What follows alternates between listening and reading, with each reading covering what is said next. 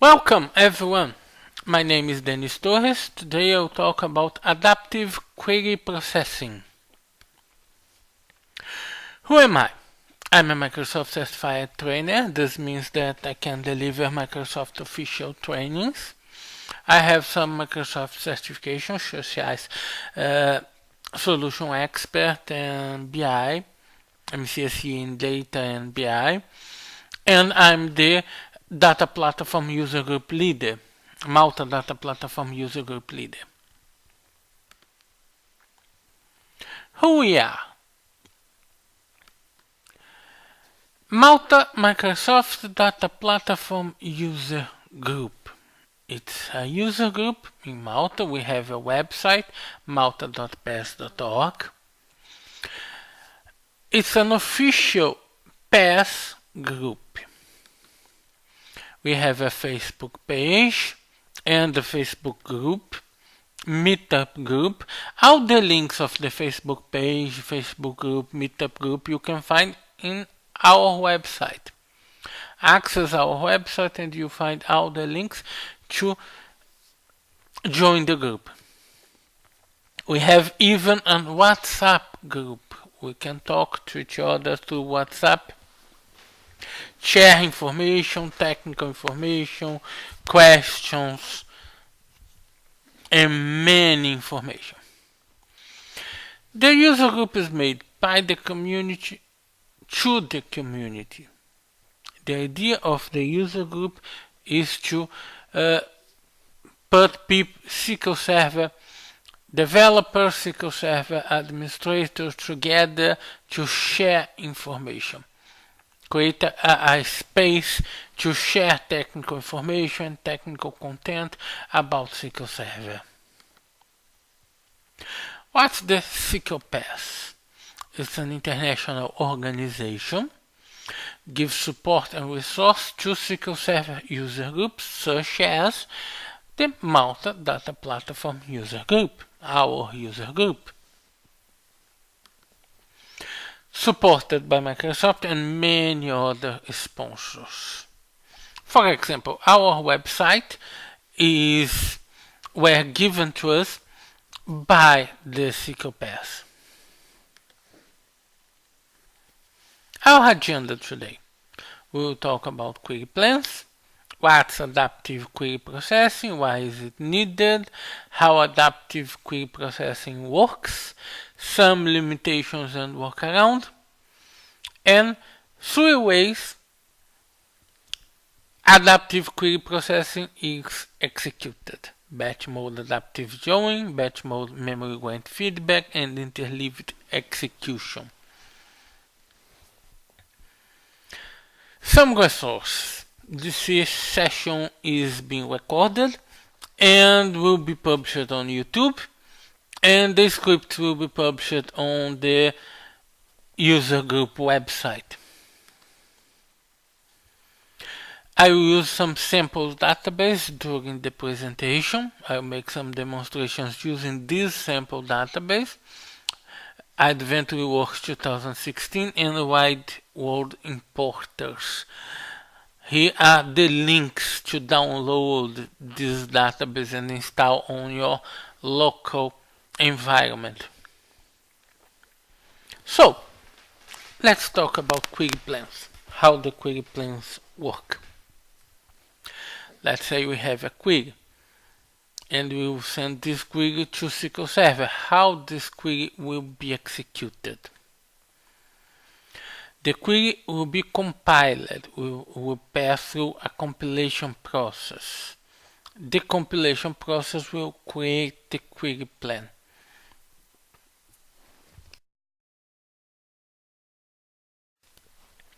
The query plan establishes how the query will be executed, which steps SQL Server will use to execute this query. Will SQL Server use an index? Which index? Will access directly the table? Which table will be accessed first? So the steps to complete the query are stored on the query plan and on the query plan cache, a memory area to store the recent query plans. Then the query is executed. The query plan is executed and we get the result of our query. If we executed the same query again, the query was already compiled, so we will use the query plan, which is stored in the plan cache. The query plan will be executed without any compilation process. This is very important for the adaptive query plans that we will talk today. The first time we execute a query, the query is compiled and the query plan is stored. After that, the query is not compiled anymore. The query has been compiled already. The query plan will be reused from the plan cache.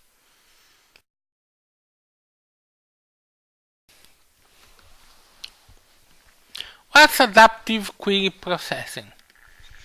Query plans are created when the query is compiled. We just saw that. The query plans are static. This means they are stored on the query plan cache. We will use the query plans stored on the query plan cache. Or at least they were static. That's what adaptive query processing is changing in SQL Server 2017. Adaptive query processing is a new feature in SQL Server 2017, and it's a very important feature because it breaks some very old knowledge about query plans. That's the point. The fact that the query plan is static and stored on the query plan cache is on SQL Server since many versions. For the first time, this is changing. The query plans are not so static anymore. Adaptive query processing allows the plan to be changed during the execution, after the compilation. So some changes are possible during the execution process, when the query plan has already been compiled, but it's not a static plan anymore. Why is it needed? Why do we need this kind of change in the plan? Query plans are usually parameterized. I just illustrated a query with a query plan using a parameter, an ID as a parameter to filter the records. So query plans are usually parameterized. The data, however, is unevenly distributed. What I mean? I mean that some values in the parameter can lower the 10 rows, for example, can allow us to request 10 rows, while some different values in a parameter will retrieve 1000 rows, for example. So the data is not evenly distributed among all the possible parameter values. One parameter value can have a very small result, while other parameter value will have a very large result. Large, I mean, in the amount of rows that will be returned.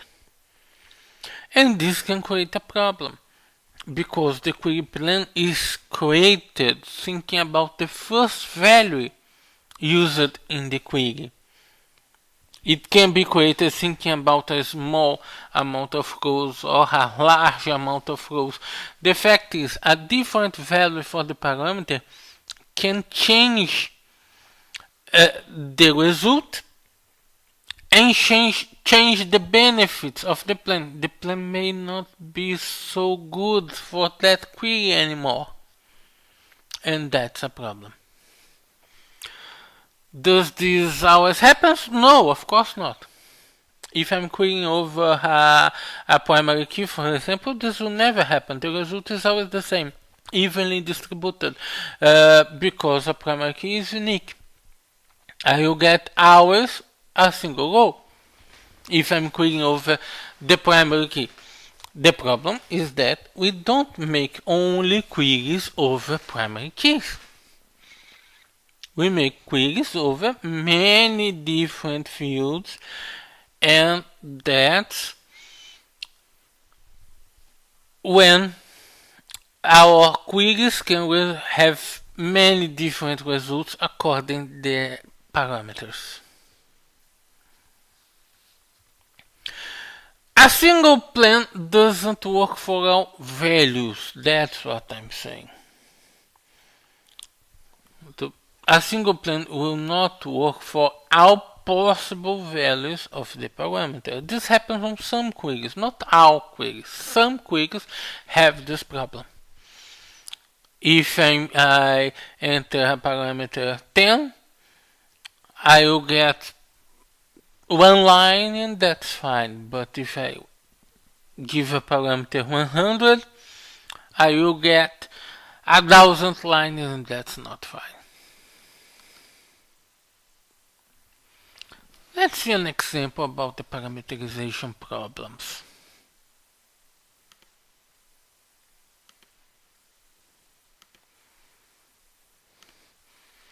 I will use AdventureWorks 2016 CTP3 to start. Let's check this query. I'm checking the table product on AdventureWorks is checking the subcategory ID. How many products do we have with each subcategory ID value? Here you may notice I have 43 products with the value 2, using the value 2 for subcategory ID. Let me enable the zoom. So I have 43 products using the subcategory ID 2.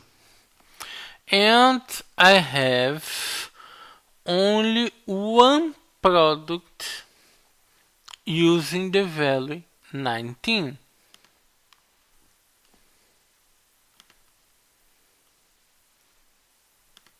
Here you may notice only a single value, a single product using the value 19. Okay, now let's check this store procedure. The store procedure is called getProducts. It receives a parameter and retrieves the parameter, the products, using this subcategory ID. And that's the problem I'm illustrating. If I pass 2 as parameter, I will get 43 records back. If I pass 19 as parameter, I will get only 1 record back. The data in this table, according to this field product subcategory ID, is unevenly distributed, and in this case we'll have some problems with the query and the query plan. Let's say an example. First I will execute the procedure using the withRecompile key on the exec. This means that every time I execute this procedure, it's recompiling the procedure.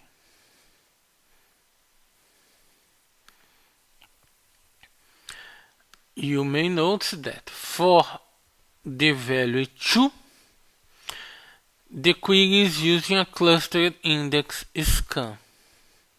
But for the value 19, the procedure uses a nested loop.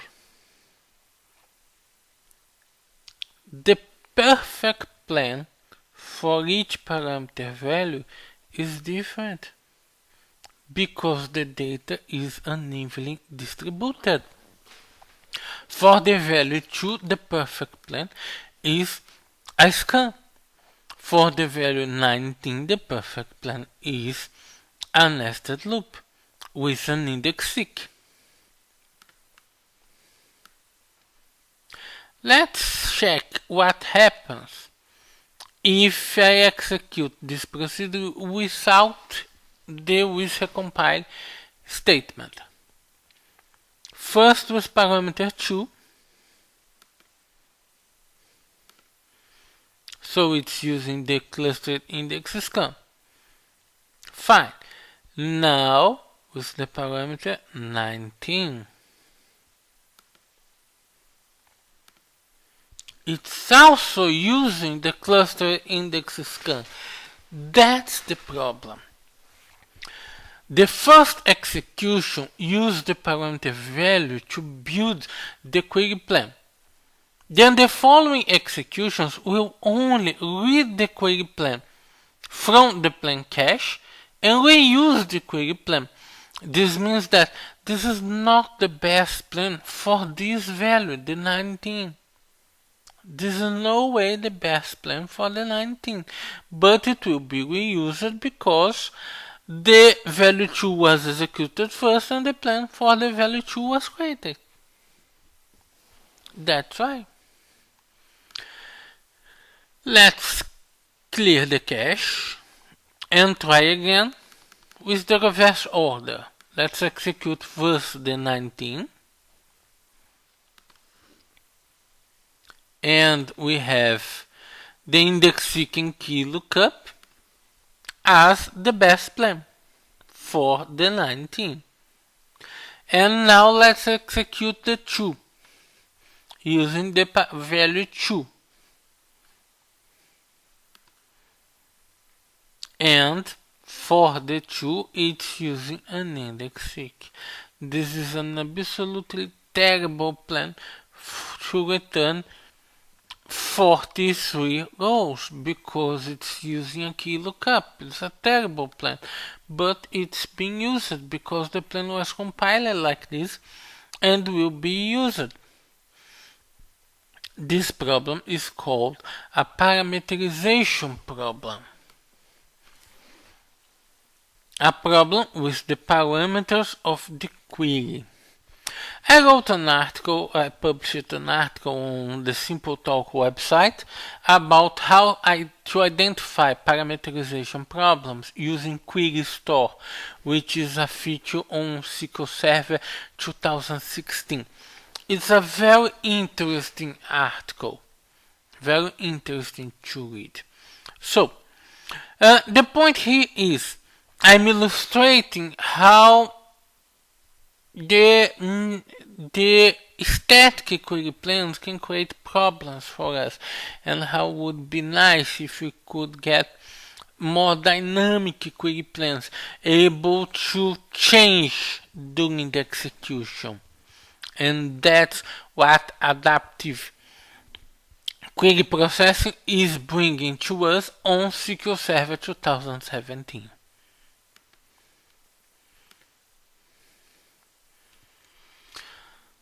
So, let's talk more about this, how adaptive query processing works. A single plan can have different behavior on each execution. The behavior of the plan can change on each execution. Execution information can change the behavior of the plan. This means that the execution generates information that can be used to change how the plan will be executed next time. All this happens according to some exact definitions.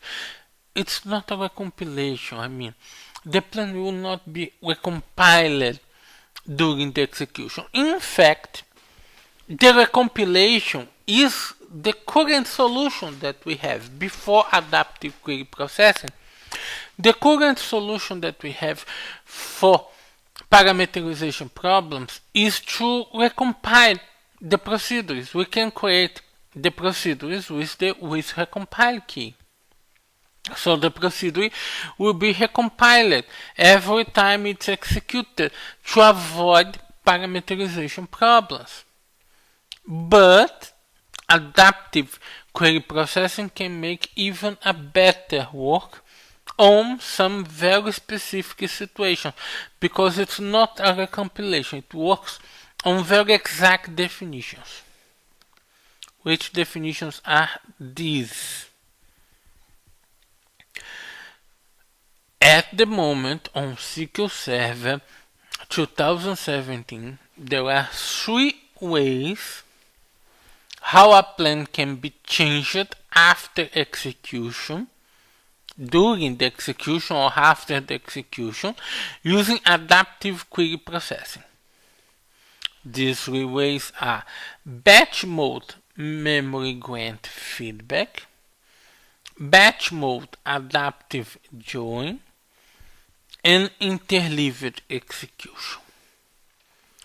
These are the 3 ways how a query plan can change during the execution.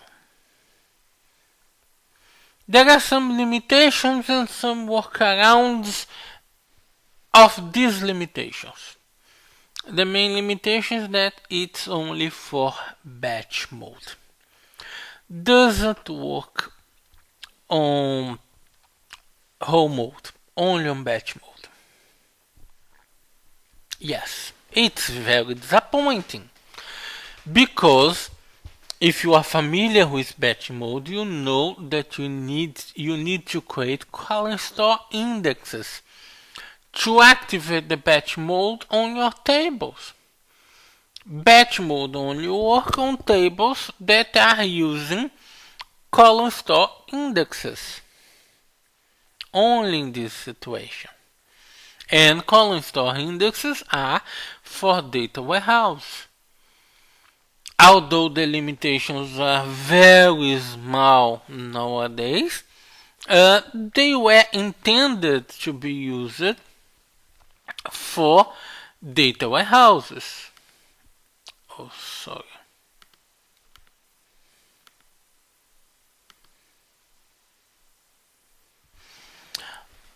So, it's only for batch mode. This is a very critical limitation. Only works if your table has a column store index. The presence of a column store index turns the query into batch mode. The index doesn't need to be used on the query for the query to use the batch mode. Only the presence of the index in the table can turn the query into batch mode. This creates a workaround for us. The workaround is very simple, very silly, and very simple. You create a filtered column store index and use an impossible predicate on the filtered column store index, just that. So, over your tables, you create an empty column store index, a column store index filtered that will include no one of your records. And this column store index will be there only to allow your queries to be executed in batch mode. And allowing your queries to be executed in batch mode, it will allow your queries to use adaptive query processing. The queries will turn into batch mode and will be able to use adaptive query processing. Let's see a demonstration about this workaround.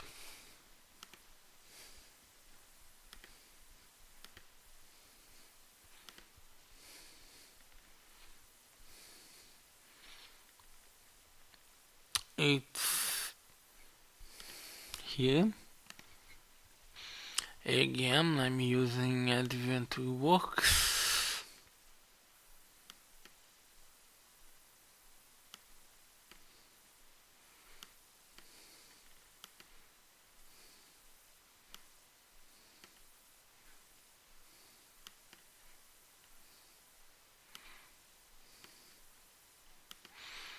The compatibility level for the adaptive query processing is important. Compatibility level of SQL Server 2017 140 is required to use adaptive query processing. So let's execute this query and check the plan.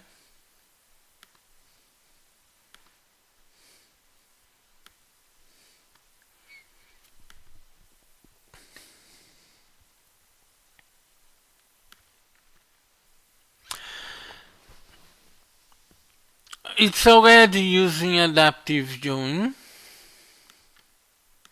I use a small lag on my demonstration because I already executed this here before. Let me show for you. This is already using adaptive query processing, adaptive join. And it's happening because I already executed this here before. My bad. Over sales order header. Let's check. Here I have sales order header. I have a column store index called dummy. The index is already there, so it's already executing adaptive query processing. Let's drop the index. The index column store index is not there anymore. Execute again, checking the query plan, and now I can see the adaptive query processing. It's making a join, a hatch match. There is my query. And you may notice on the details of the query, actual execution mode, estimated execution mode, it's using whole mode, not batch mode. Because there is no column store index over these tables. But if I create a dummy index over sales order header, it's a non-clustered column store index filtered with an impossible predicate.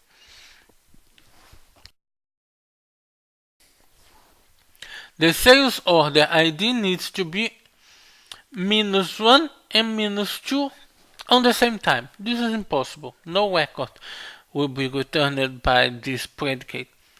But doesn't matter. The important part is that the index will be there. Sales order header indexes. Let's make a refresh here. And the dummy index, dummy column store index is here. The index is here.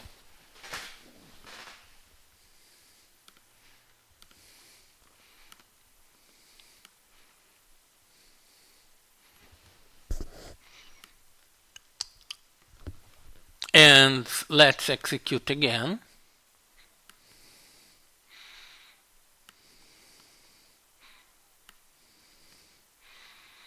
And now I have here the adaptive join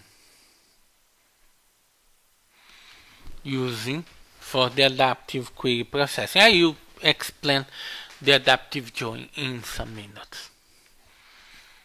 So we can make the adaptive query processing working for our tables, only creating a dummy column store index. It will work only creating a dummy column store index. Let me drop the index. Okay. Let's back to the slides. Some reference, a very interesting reference here. Just a few days ago, the second preview for SQL Server 2019 were released. You can download the second preview of SQL Server 2019. and you have a list of new features on SQL Server 2019. And one of the new features is batch mode working in row store.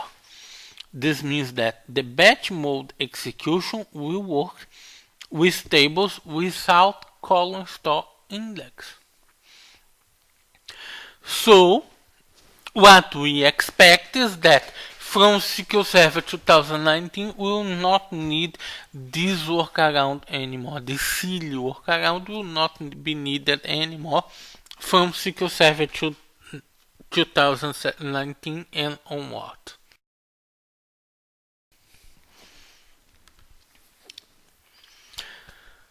Another important limitation about adaptive query processing is related to query store. That's a bad one. Query store is absolutely incredible. It's an incredible tool released in SQL Server 2016. Query store stores the history of our queries, keep the history of our query plans, the execution of our query plans. And using query store, we can identify when a query plan changes for a slowest query plan. When what is called now a regression, when our query regress and it starts being executed by using a slower query plan. It's a great monitoring and optimization tool released in SQL Server 2016. It stores execution statistics for the queries and it's not able, that's the limitation, it's not able to store runtime change. Query store is based on the query plan cache. It stores the information from the query plan cache in a history, an additional history that allows us to make many optimizations, discover many information about our query plans, but is not able to identify change in runtime. If the plan changes in runtime, query store can't capture and identify this change and show to us what's happening. So query store is out of the question to be used together adaptive query processing. I mean, not together, we can use them together, but query store will not show to us what adaptive query processing is doing on the database. That's a limitation. Batch mode adaptive joins. This is one of the three kinds of adaptive query processing that I showed to you. Let's start to dig more into details of this first one. Batch mode adaptive joins. A join can be hash or nested. It depends on the amount of records. We have these two kinds of joins, hash or nested. If we get a very small amount of records, the join will be nested. If we get a big amount of records, the join will be hash. So you may see where this is going. A small amount nested, big amount hash. And if the data is unevenly distributed, we may get a small amount for one parameter value, big amount for other parameter value. How will be the plan? That's what the adaptive join solves to us. Parameterization problems and data distribution will affect this kind of plan. The traditional solution is a recompilation. You put a with recompile statement on the procedure will always recompile itself to use the best join possible. The traditional solution is the recompilation. What the adaptive joins do? We have a new query operator, adaptive join.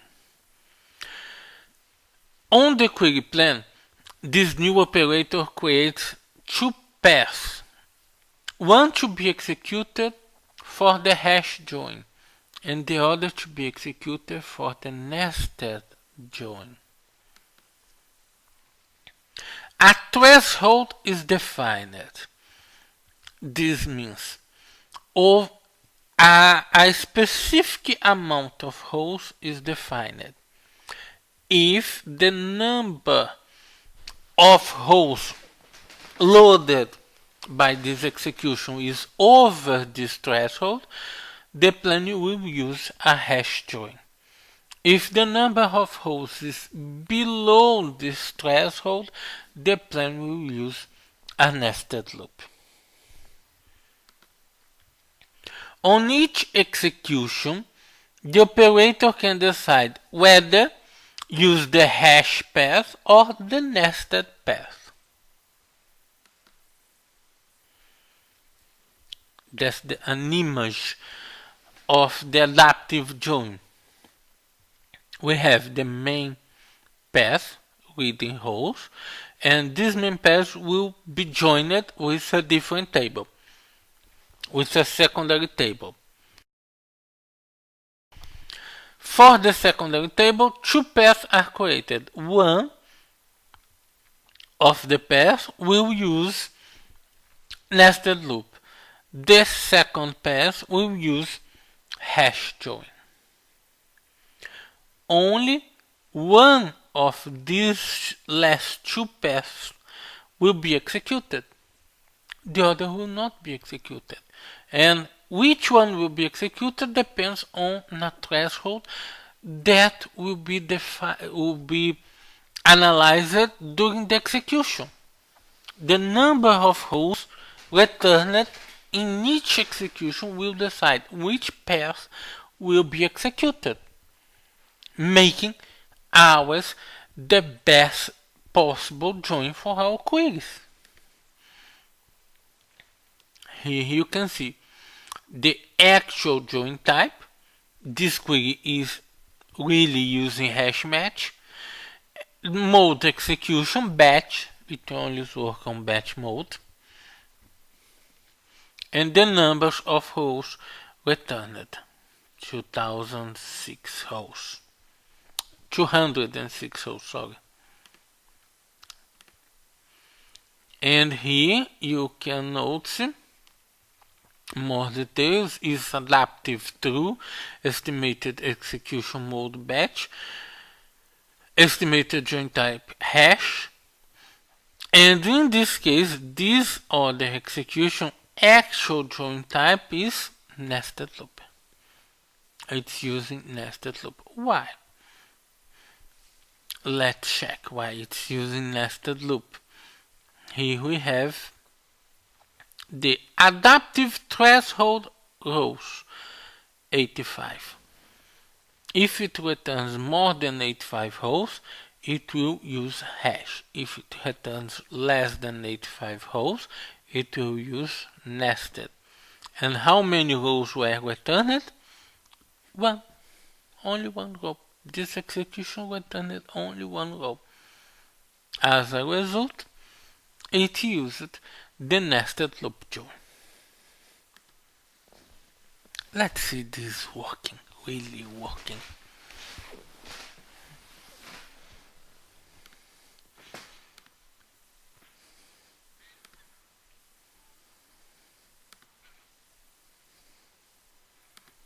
Adaptive joins.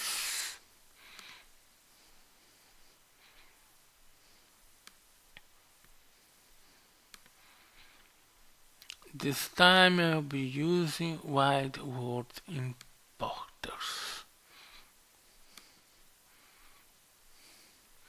First compatibility level 130. With this compatibility level, we will not be able to use adaptive query processing.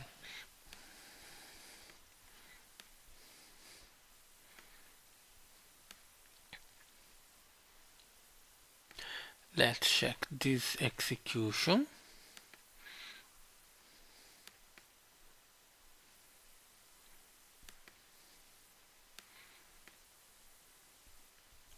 It's a hash match.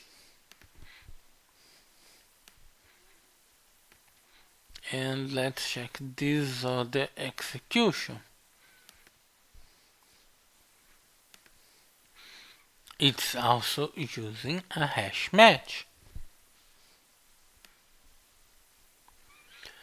Now let's change the compatibility level to 140.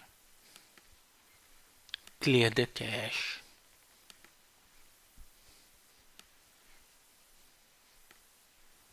And execute these queries again. They are the same queries. The first query is using adaptive join. You may note the three pairs, the main pairs, and the two secondary pairs, one for nested and the other for hash. And here you may notice all the details of the query. Execution mode in batch, estimated join type hash, actual join type hash, threshold 68, actual number of hosts 206. Okay. Another way to see this is using live query statistics. Using live query statistics, we can see the path being used.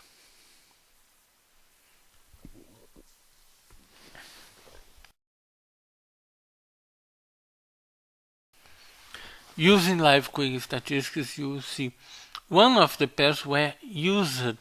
You see the number of holes here.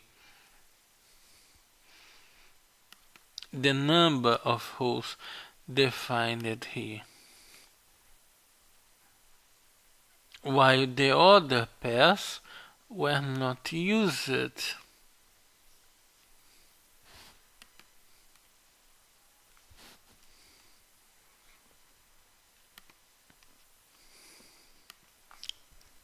On the other pairs, you only see 0 holes. These other pairs were not used. So, only one of the pairs of the operator is used, the other is not used. Let's see what happens with a different value in the query. It's absolutely the same query, but now using a different value. 361.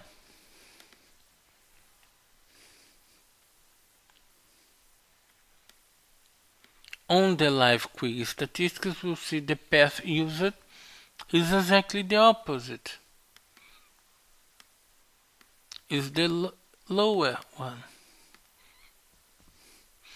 And on the execution plan, we can check the details. Estimated join type hash, but actual join type nested loop. Actual number of holes 1. The threshold is the same, 85, but the actual number of holes is only 1.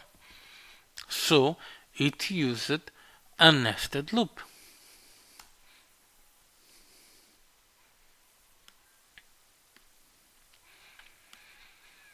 So in older versions of SQL Server, this query would be using a good join type for some values and a bad join type for other values, because the query plan would be stored on the plan cache, would be a static query plan used for any value in the parameter. But using SQL Server 2017, using the adaptive query processing, this query will be using the best join type possible for all the values. That's what adaptive query processing can do for us.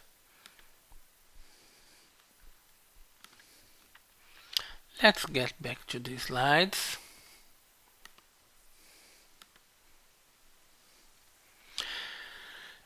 And what we need to do about adaptive query processing. Let's talk about each one, starting with the adaptive joins. We need to use extended events to monitor the adaptive query processing, to understand, to see what's happening and monitor the adaptive query processing. For the adaptive join, we have the adaptive join skipper. This is a very interesting new event on the extended events. What this event will tell us? This event will tell us when a query could be using adaptive query processing, but is not because some specific reason on the query. There is something in the query that is forbidding the query to use adaptive query processing. Some, let's say, inhibitors of the adaptive query processing. So using this extended event, we can capture the queries that could not use adaptive joins. And this is important to highlight the bad queries. These queries are not good enough. This query could be better. Will it always be possible to change these queries to use adaptive join? No, not always. Sometimes the requirements for the adaptive query processing will be impossible to meet, to achieve. It will be impossible. But sometimes will be possible to change the queries, improve the queries to use the adaptive query processing. And that's what we need to monitor. Let's see an example.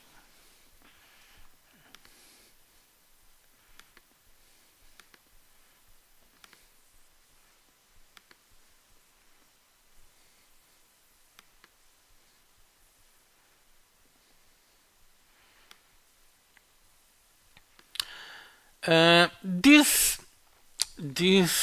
event adaptive join skipper gives us one important value as a result. Is the adaptive join skipper reason. The reason why the adaptive join were skipped. And these are the possible reasons. And the point is what these reasons means. What each one of these reasons means. It's not very well documented. That's a problem. You don't have a good documentation about these reasons on this event. But I will give some links for you about this. We don't have a good documentation, but we have some documentation, and I'll give some links to you about this. Let's create an extended event session. Create event session, skip it, join on server, adaptive join skipper that target ring buffer. Okay, so I just created the event session.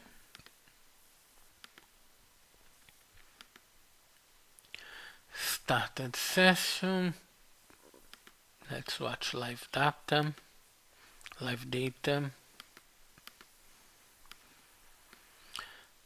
I will clear the procedure cache only for this database, and we will execute this query.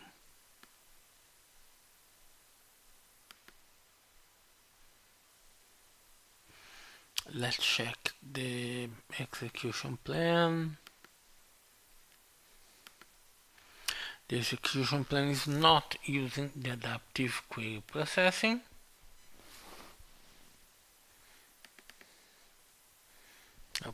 the live data lost the information, but during buffer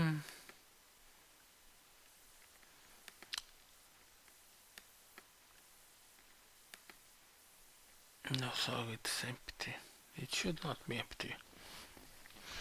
Ah, sorry, I dropped the index. My bad.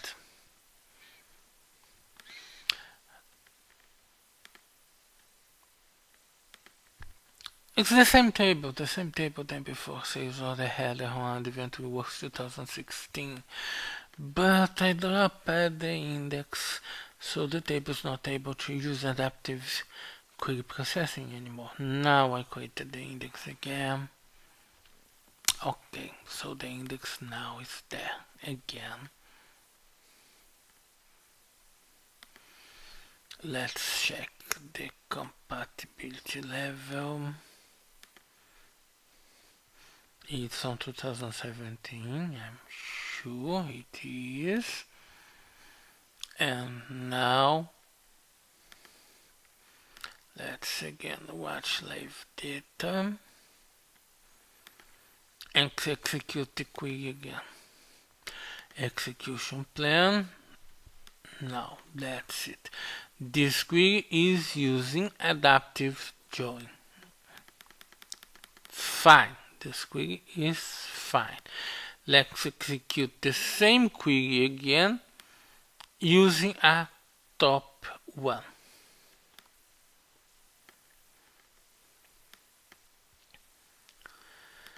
This query is not using adaptive join anymore.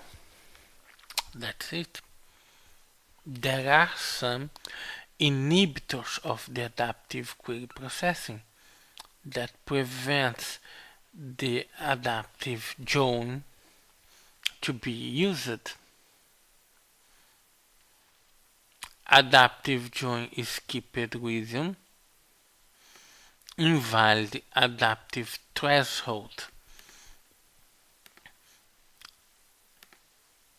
The total of records returned by the query 1 creates an invalid threshold. It can't use this as a threshold to execute the query. So it prevents the use of adaptive join on this query. If this query can avoid the top one, it will be possible to use the adaptive query processing. But it depends on the business rules. It depends on the business rules why this top one is here. Sometimes it may be possible to change a query to use the adaptive join. Sometimes it will not be possible. But the important part of all of this is that we have an extended event that will record for us when a query could be using adaptive join and is not for some specific reason.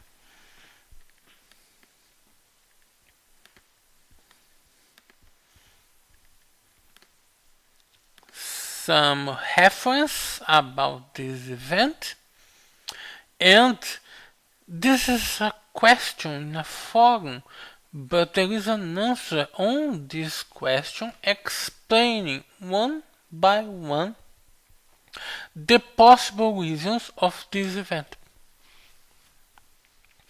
It's strange, but a question in a forum is the best documentation I found about this event, this extended event.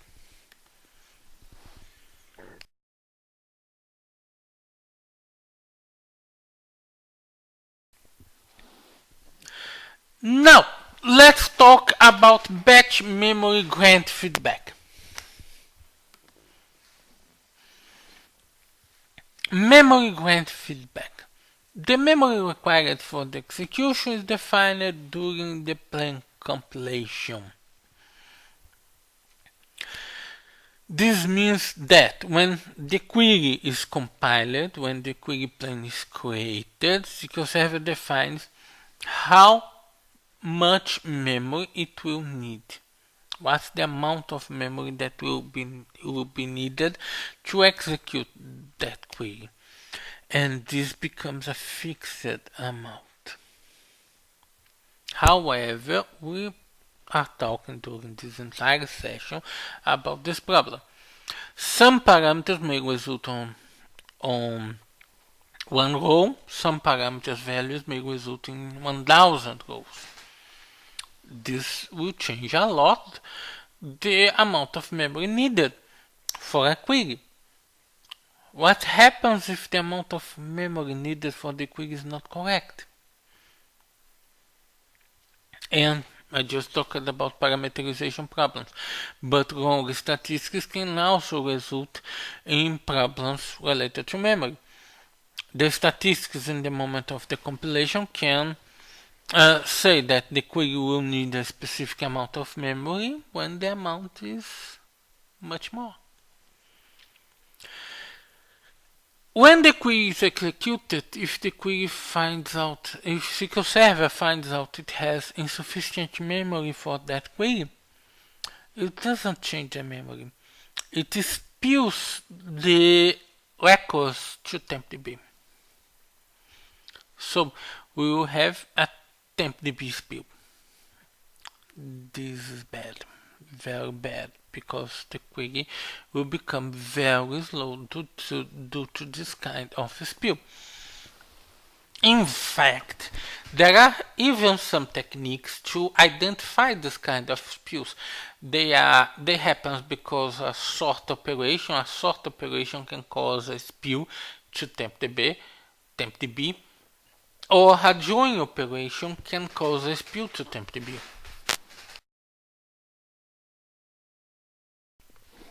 We can identify this kind of spills using extended events.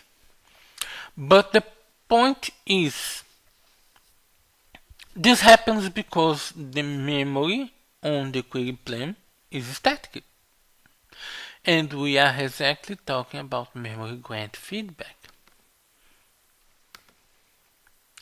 The adaptive processing changed the memory grant. The adaptive processing is able to use the experience of one query execution and improve the plan for the other. In this case, a very specific improvement, the memory. It will notice one query execution had insufficient memory to be executed and will change the amount of memory required for the plan. The information about the query result is used to change the next execution.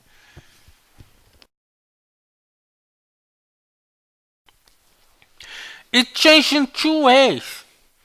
The memory can be increased to avoid the spills, but can also be decreased. If SQL Server notices the memory that were defined for that plan is too much for the query, it can decrease the amount of memory. And sort spills can be eliminated. The spills to TempDB can be eliminated. We have an extended event called memory grant updated by feedback. This extended event captures the moment of the execution when the adaptive query processing notices the query had a memory problem and update the existing query plan using the feedback from the execution. Why is this event important? You will use this event to give a feedback to your boss about the amount he spent on SQL Server 2017. Because using this event, you can show to your boss, see, all these executions were improved using memory grant feedback, and this would not happen on the previous version. You will be able to show to your boss that a lot of queries were improved due to the change to SQL Server 2017 using this event. This is one of the possible ways to show this to your boss. Let's see an example of the memory grant feedback.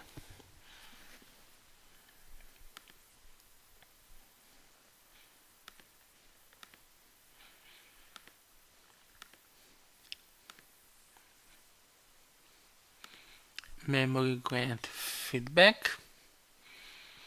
I'll create an event session to capture the event.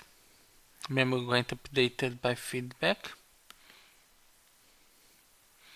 Again, using Advent Reworks.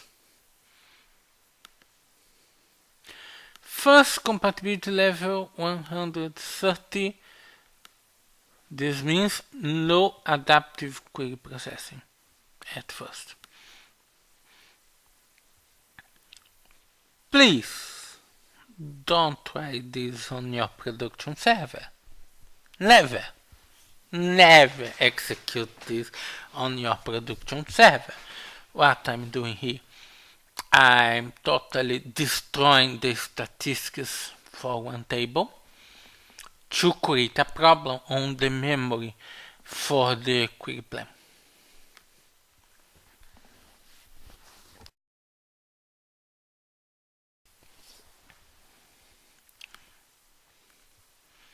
Now I will execute this query and check the actual execution plan.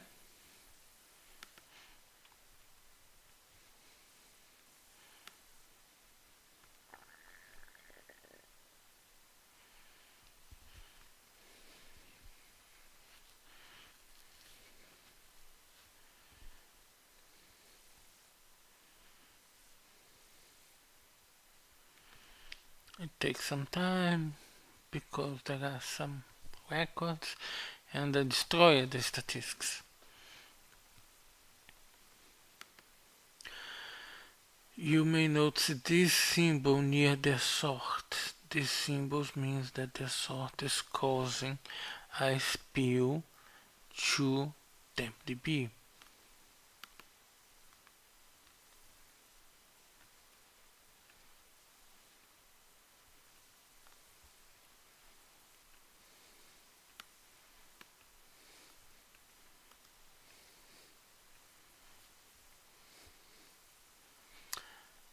There is a message here. I can't zoom into the message, but you may see on the warnings. Operator used TempDB to spill data during execution with spill level 8 and one spilled thread. It's bad. Basically, it's bad. Let me execute again. I'm executed for the second time.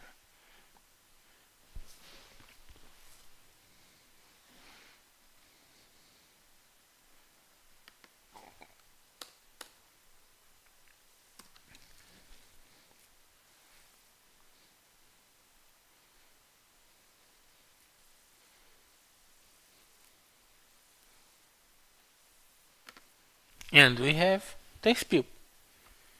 I executed the query twice and we have the spill twice. Why? Because the memory is static on the compiled plan. The memory is static. It will be always there. So let's change the compatibility level now to 140. Clear the cache and execute again.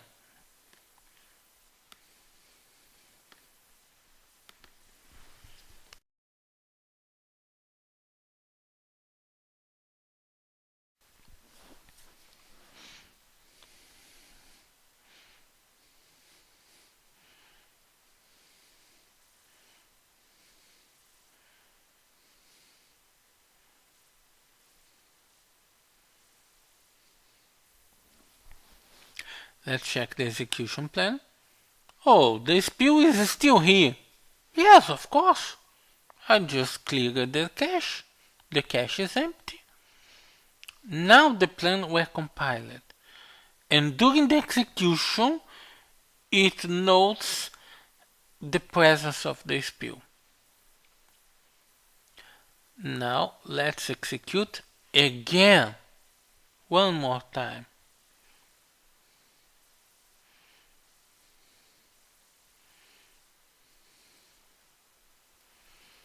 And on the second execution, the spill is not there anymore.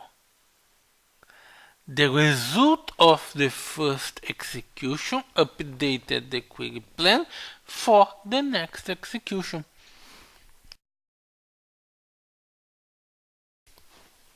So, the memory grant on the query plan is not static anymore. Let me refresh the extended event sessions. Oh, sorry. The session was not started. Sorry about that. I need to clear the cache and execute twice again. Clear the cache. Let me capture live data.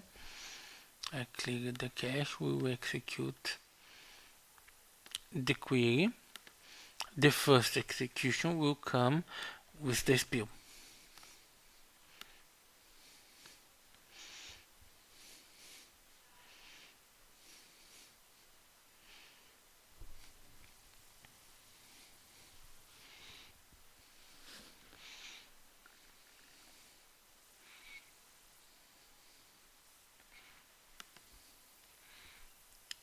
Here we have the sort spill. Now I will execute again.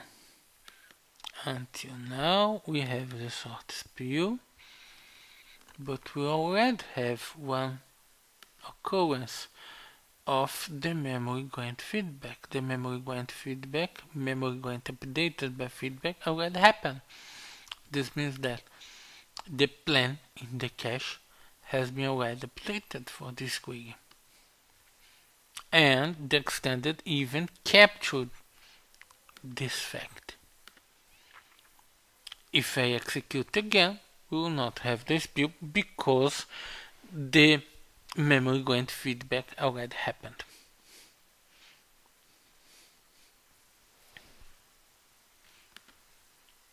Here, the spill disappeared.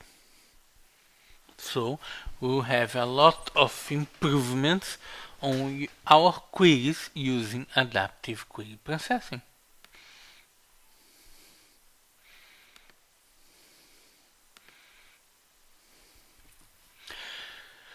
Reference.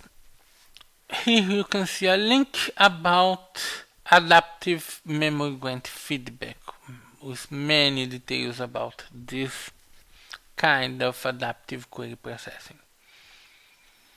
Now, for last but not least, interleaved execution. Let's talk about interleaved execution. What's that?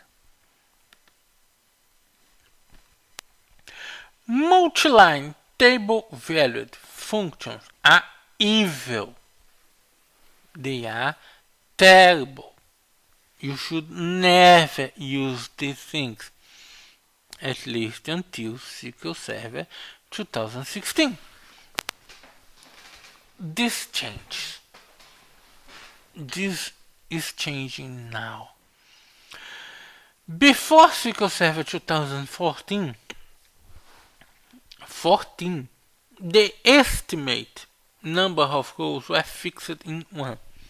It's impossible for SQL Server to make an estimate of number of rows on the multiline table value function. It's a script, it's an execution. It needs to execute to know the number of rows. It's impossible for SQL Server to know the number of rows, so the estimate were fixed in 1. So the query plans were built thinking the function would always return a single row. In SQL Server 2014 and 2016, the estimate is fixed in 100. It changed.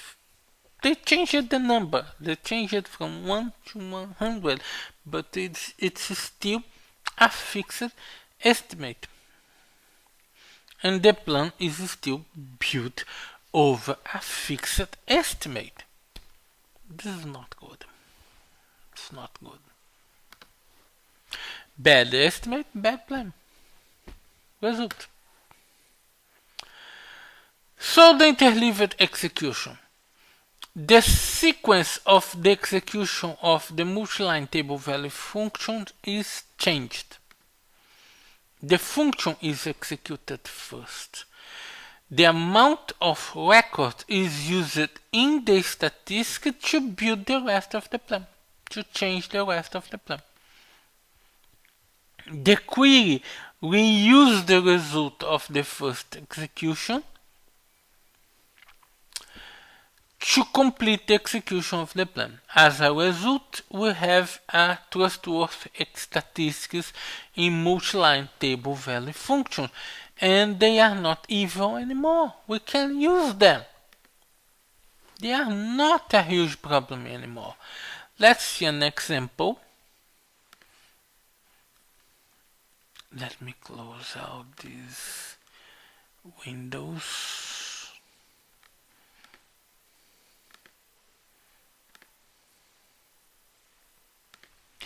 Interleaved execution. Adventure works again. Compatibility 140. I'm creating a function UF. It receives a parameter returning a table, and the code of the function is using this parameter on the top of the select. So the parameter defines the number of rows that the function will return.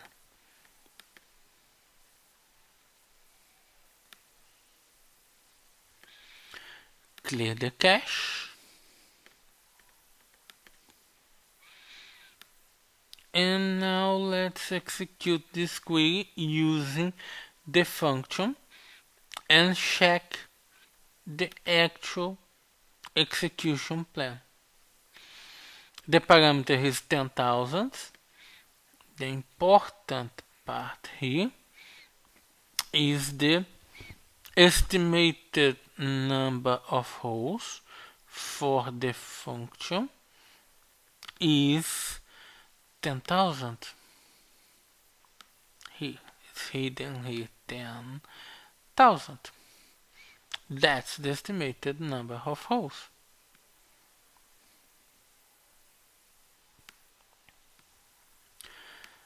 Let's change the compatibility level. Clear the cache. And execute the same query again. Without adaptive query processing, without the interleaved execution, the estimated number of rows is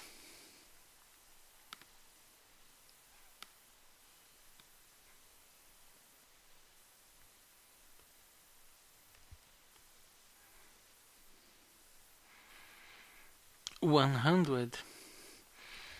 You may see down here we have 100 rows estimated. So we have on previous SQL servers we have a fixed number of rows defined as 100, although I passed 10,000 as parameter.